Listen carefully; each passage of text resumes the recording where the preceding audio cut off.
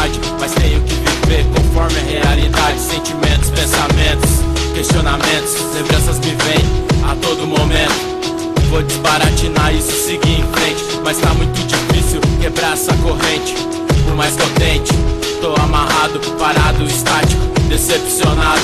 Não tem como parar de pensar em alguém que durante tanto tempo só te fez bem, que tava do seu lado nos momentos de tristeza, que olhava pra você, não pra sua beleza. Te deu atenção, tudo que cê queria, carinho, compreensão, alegria, que soube limpar suas lágrimas quando chorava, que soube entender tudo que cê falava.